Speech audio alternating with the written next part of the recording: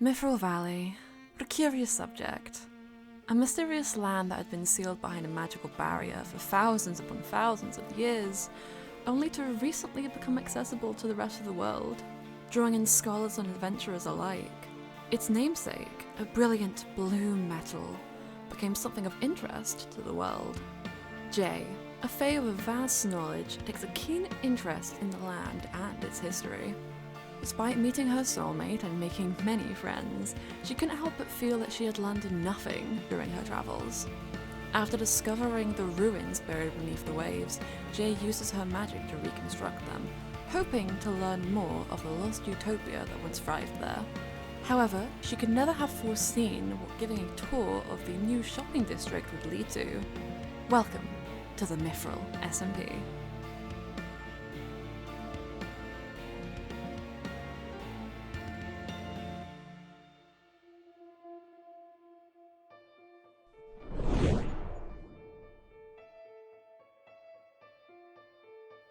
Oh well, isn't this a lot of people? Hello everyone. Hi, Ava. We still need to schedule that little date of ours, don't we, Spectre? Well, I see we're missing some books from the library, How about we play a little game? Are you afraid, Cloudy? There's no need to be. I'm sure you'll have a wonderful time with this. Ta-ta!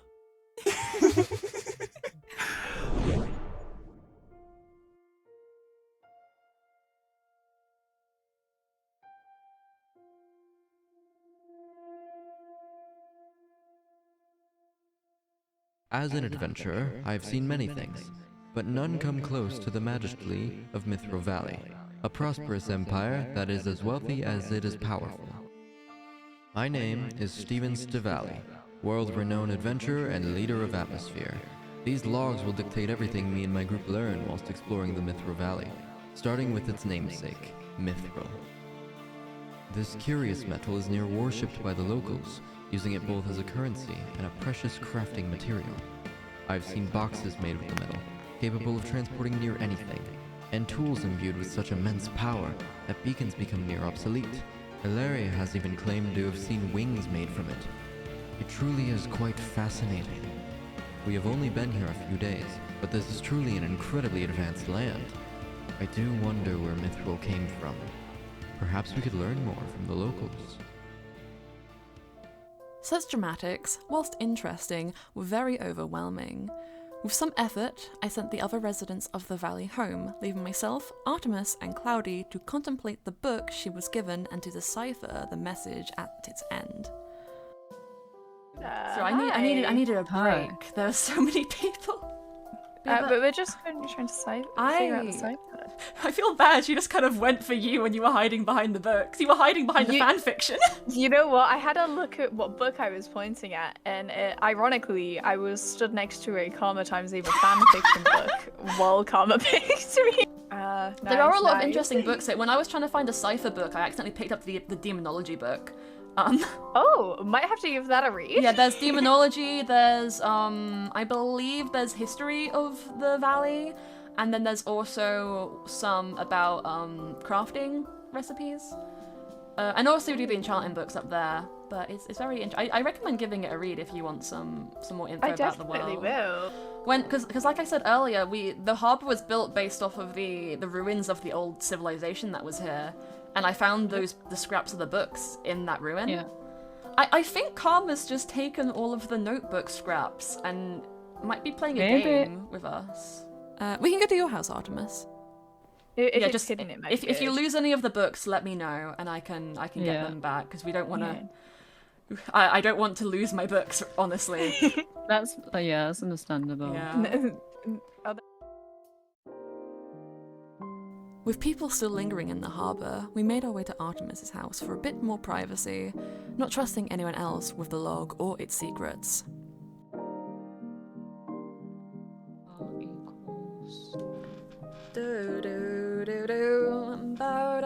I'm just waiting for the message to be decoded, and then I can give you a history lesson. That's all I'm waiting for. I want to know the thing, and then the history book. I'm a librarian for a reason, Cloudy. I like my books. I'm a scholar. Yeah, what if like you didn't take it out of the library? Like, let's say you just dig up a book from the ground. Like you know how you're saying like the Harbour was put out of the ruins and stuff. Yeah, I mean, if you find one, you can give it to the library, and I'll work on either like if it's damaged, I'll work on restoring it, or if it's just if it's just there and you want to donate it, you can feel free to, or if you keep it to yourself, you can. I mean, if you find it, you can do what you want with it. I mean, as it seems, we'll probably find a couple of books scattered around. Now you see, my question is, do we tell everybody else? Like you know once we figure it out, once we decipher it. I suggest I personally wouldn't, just because I don't think I trust some of them. It's information. Like knowledge is power.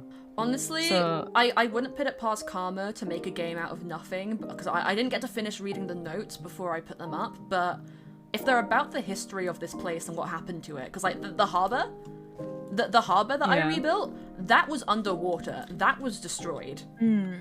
And the first log seems to be about when it wasn't destroyed, back when it was like a thriving civilization. This is about adventurers. So it's like it will be about the history of it. Yeah, it's like we'll learn more about it. Yeah, this is about adventurers who found the place. Because like the history book that I have on me right now, I mean, I assume it's accurate, but I know it was written by just like a different scholar who visited here.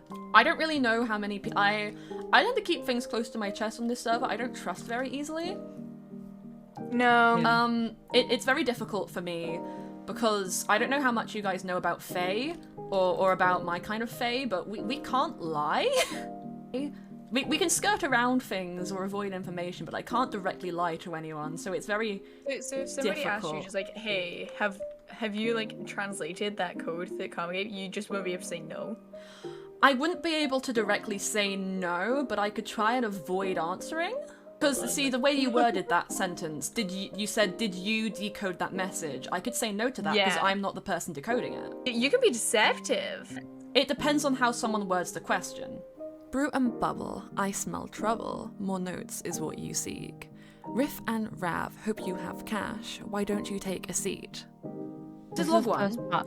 And the thing that she said in there is that she wanted to play a game. She wanted some entertainment. What I'd assume is that the coded message is maybe a hint to the next one. Maybe. Wait. Potion shop. Riff and Rap could be a boat. Hope you have cash. The harbour. Why don't you have a seat somewhere with seats? Which those potions. Your potion shop that has a seating area. We were in that earlier. There's nothing. We can look. We can.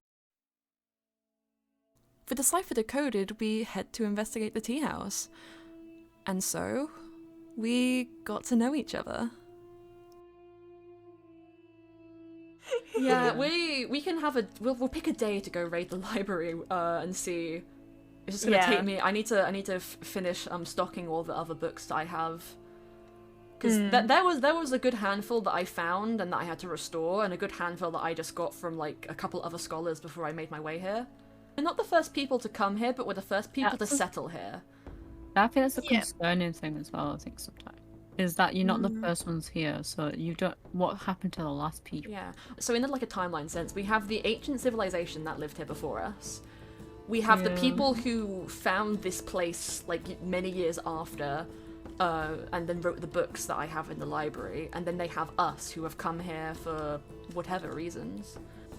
Do we share like why we came here? Like, I mean, my reason isn't really too complex. I'm a scholar. I found out about this mysterious metal and I wanted to learn about it. I'm here to find more out about my family. It's kind of like why I was asking you earlier if you have like any lost, like what happens to the lost books. Yeah, might need to go raid your library, see if you've got anything on them. But the notebooks are the notebooks that are that Karma has misplaced for us are the only ones, the only like notes that I have found. Actually, that brings up a question, Artemis. If you're from the end, how did you get here? I don't know. You don't know? No, I just kind of, You just kind of woke up here. That must be rather overwhelming for you. Yeah, it's a long story. I was very good. Like, the green stuff we stand on. I was like, what is this? It's not. Yes, that doesn't surprise me. That confuses me, to be honest. Sorry, I just got an ego all of a sudden. Yes, suddenly ego. You know what grass is? Ego. Yeah, it was definitely something new. I'm not used to being around so many people, so in a way I sort of get it. Not the not gonna know what grass is thing, but I'm used to living in my forests alone. Not long after, we all took our leave for the night, resolving to reconvene once we had any idea where to look for the next log. This world is full of mystery, ones which I will uncover in due time, but perhaps some things are better left in the dark. After all, the only thing worse than knowing too little Is knowing too much.